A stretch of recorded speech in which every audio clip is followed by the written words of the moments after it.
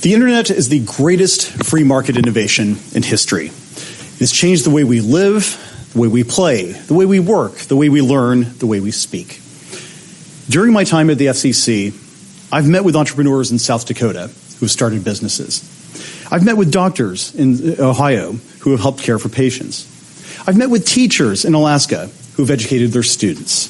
I've met with farmers in Missouri who have increased their crop yields. And I've met with many more who have succeeded, all because of the internet. And the internet has enriched my own life immeasurably. In the past few days alone, I have set up a FaceTime call with my parents and kids. I've downloaded interesting podcasts about blockchain technology. I've ordered a burrito. I've managed my playoff-bound fantasy football team. And, as many of you might have seen, I've tweeted. What is responsible for the phenomenal development of the internet? Well, it certainly wasn't heavy-handed government regulation. Quite to the contrary. At the dawn of the commercial internet, President Clinton and a Republican Congress agreed that it would be the policy of the United States to, and I quote, preserve the vibrant and competitive free market that presently exists for the internet, unfettered by federal and state regulation. This bipartisan policy worked. Encouraged by light touch regulation, America's private sector invested over $1.5 trillion to build out fixed and mobile networks throughout the United States. 28K modems gave way to gigabit fiber. Innovators and entrepreneurs grew startups into global giants. And America's internet economy became the envy of the entire world. And this light touch approach was good for consumers, too. In a free market full of permissionless innovation, online services blossomed. Within a generation, we have gone from email as the killer app to high-definition video streaming. Entrepreneurs and innovators guided the internet far better than the clumsy hand of government ever could have. But then, in early 2015, the FCC, under political pressure, jettisoned the successful bipartisan approach to the internet. On express orders from the previous White House, the FCC scrapped the tried and true light touch regulation of the internet and replaced it with heavy-handed micromanagement. It decided to subject the internet to utility-style regulation, designed in the 1930s to govern Ma Bell. This decision was a mistake. For one thing, there was no problem to solve. The internet wasn't broken in 2015. We were not living in some digital dystopia. To the contrary, the internet is one thing, perhaps the only thing in American society that we can all agree has been a stunning success. Not only was there no problem, this solution hasn't worked. The main complaint consumers have about the internet is not and has never been that their internet service provider is blocking access to content. It's that they don't have access at all or not enough competition. These regulations have ironically taken us in the opposite direction from these consumer preferences. Under Title II, investment in high-speed networks has declined by billions of dollars. Notably, this is the first time that such investment has declined outside of a recession in the internet era. When there is less investment, that means fewer next-generation networks are built. That means less access and less competition. That means fewer jobs for Americans building those networks. And that means more Americans are stranded on the wrong side of the digital divide. And the impact has been particularly serious for smaller internet service providers. They don't have the time, the money, or the lawyers to navigate a thicket of complex rules. Now, they don't get a lot of press, certainly not here in Washington. But I've personally visited some of them, from Spencer Municipal Utilities in Spencer, Iowa, to Wave Wireless in Parsons, Kansas. I have personally spoken with many more, from Amplex Internet in Ohio to Airlink Services in Oklahoma. And so it is no surprise that the Wireless Internet Service Providers Association, which represents very small fixed wireless companies that typically operate in rural and low-income urban areas, surveyed its members and found that over 80%, quote, incurred additional expense in complying with the Title II rules, had delayed or reduced network expansion, had delayed or reduced services, and had allocated budget to comply with the rules. Other small companies, too, have told the FCC that these regulations have forced them to cancel, delay, or curtail fiber network upgrades. And nearly 24 small providers submitted a letter saying that the FCC's heavy-handed rules affect our ability to find financing. Now remember, these are not the big guys. These are the small companies, the kinds of companies that are critical to providing a more competitive marketplace.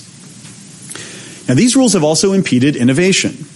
One major company, for instance, reported that it put on hold a project to build out its out-of-home Wi-Fi network due to uncertainty about the FCC's regulatory stance. And a coalition of 19 municipal internet service providers, that is, city government-owned nonprofits, have told the FCC that they, and I quote, often delay or hold off from rolling out a new feature or service because they cannot afford to deal with a potential complaint and enforcement action. None of this is good for consumers. We need to empower all Americans with digital opportunity, not deny them the benefits of greater access and competition. And consider, too, that these are just the effects that these rules have had on the Internet of today. Think about how they will affect the Internet that we need 10, 20 years from now. The digital world bears no resemblance to a water pipe or an electric line or a sewer. The use of those pipes will be roughly constant over time.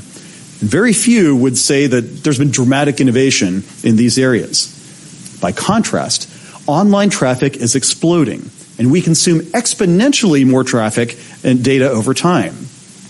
With the dawn of the Internet of Things, with the development of high bitrate applications like virtual reality, with new activities that we can't fully grasp yet, like high-volume Bitcoin mining, we are imposing ever more demands on the network.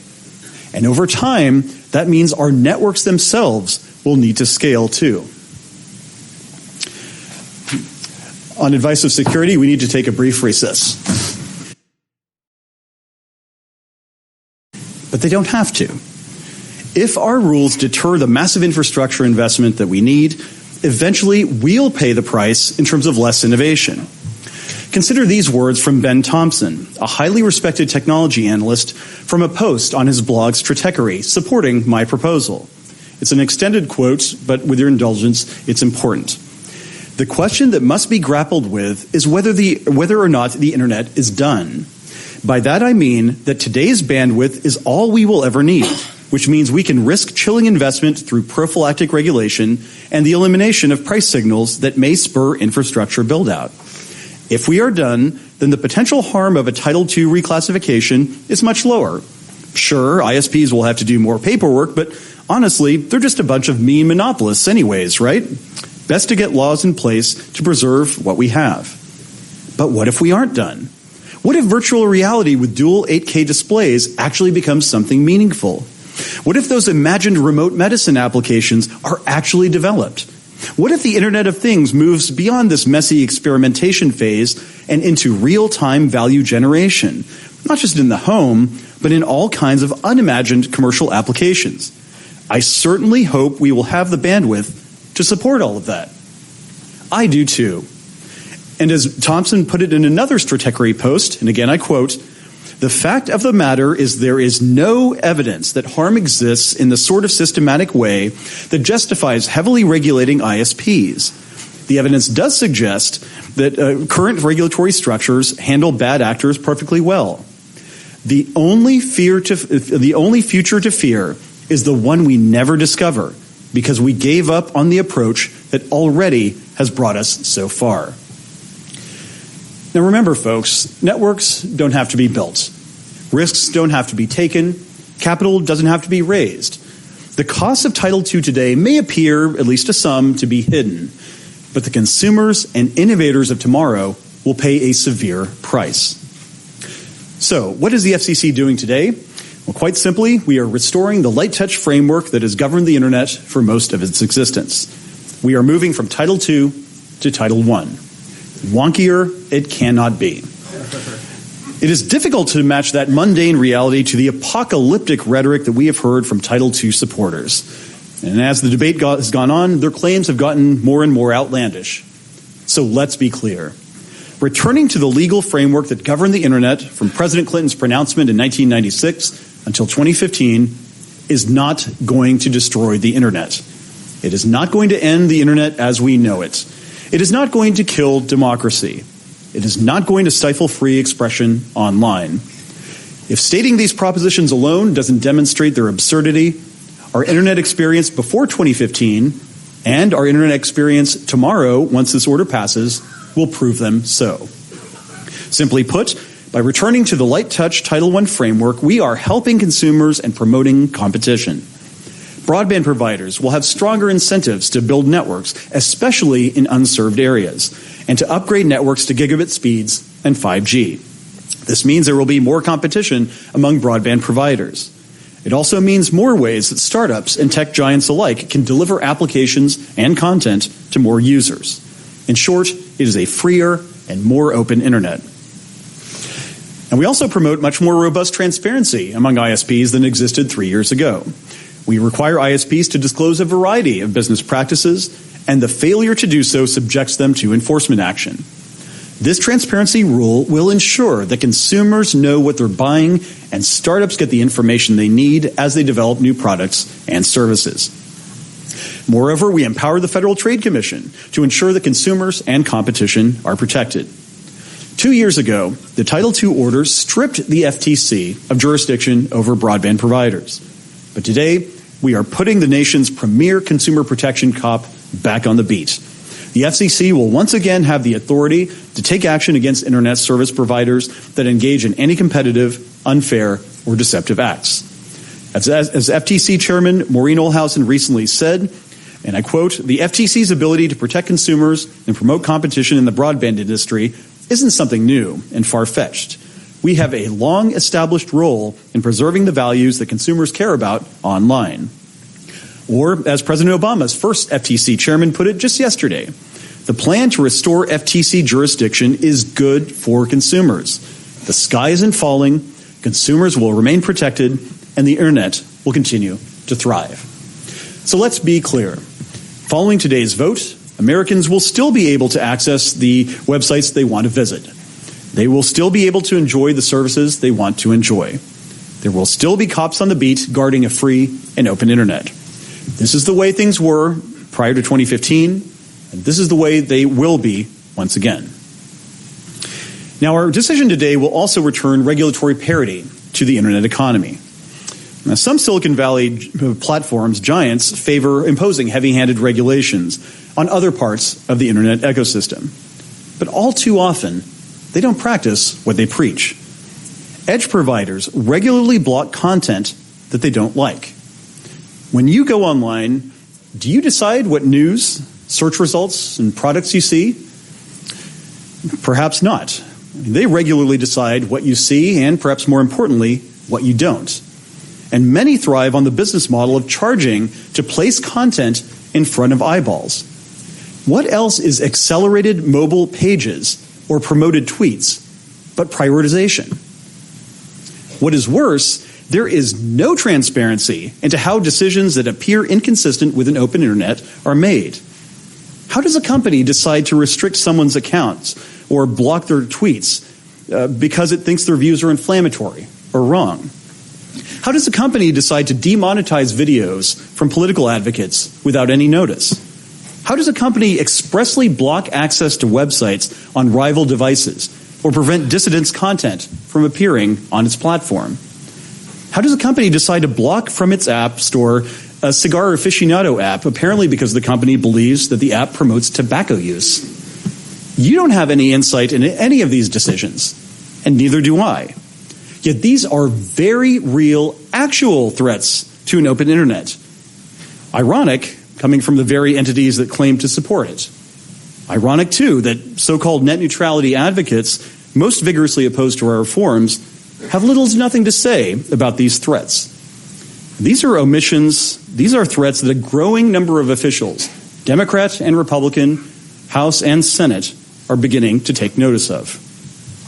Now look, perhaps certain companies support saddling broadband providers with heavy-handed regulations because those rules work to their economic advantage. I don't blame them for taking that position. And I'm not saying that these same rules should be slapped on them too. What I am saying is that it is not the job of the government to be in the business of picking winners and losers in the internet economy.